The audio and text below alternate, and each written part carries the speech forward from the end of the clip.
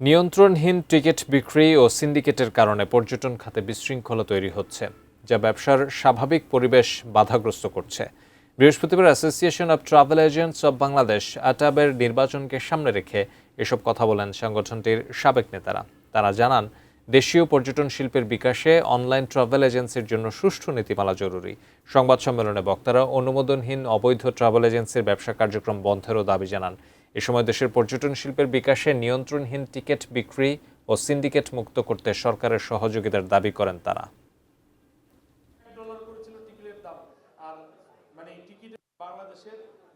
টিকিটের মূল্য এমনও হয়েছিল যে $1 করেছিল টিকিটের দাম, আর টিকিটের জন্য পে করতে হতো আমাদের প্রায় 12,000 বা 13,000 টাকা। আমরা কোনো কমিশন পেতাম না।